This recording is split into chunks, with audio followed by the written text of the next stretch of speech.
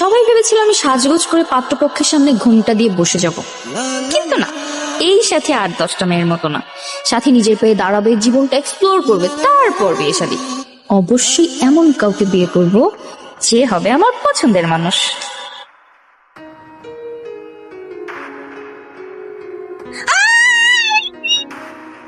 এই মেয়েটাকে ভাড়াটিয়া? হাটিয়া মানে? আমি তো ওনার থেকে এই বাসাটা ভাড়া নিয়েছি, ইনফ্যাক্ট 6 মাসের অ্যাডভান্স করেছি। না মানে হয়েছে কি, তারা তো ঢাকা শহরে 3-4টা বাড়ি আছে, এই বাড়িটা তো এত কাজে লাগে না। তাছাড়া ওনার কাছে ভাড়া দিলাম, উনি একটু পরিষ্কার পরিচ্ছন্ন করে রাখলো, এই জন্য আর কি।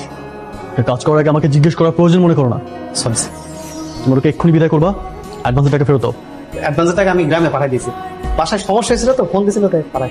একদম ঠিক করছেন। আর টাকা তো পরেও দেওয়া যাবে, আমি কয়েক মাস থাকি এখানে। আর তাছাড়া আমার জবটা পাশের বিল্ডিং এ হয়েছে, এখন আমি এই মুহূর্তে এই বাসাটা ছাড়তে পারবো না।